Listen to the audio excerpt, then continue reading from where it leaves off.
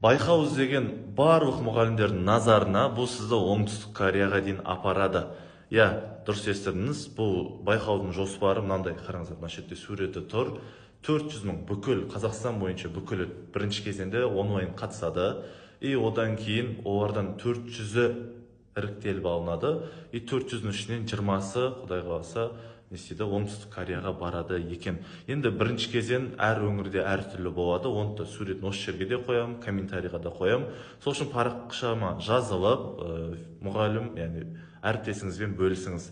Сосын үшінші кезеңі, сол 400 педхакатон болды, мұғалім аманат деген.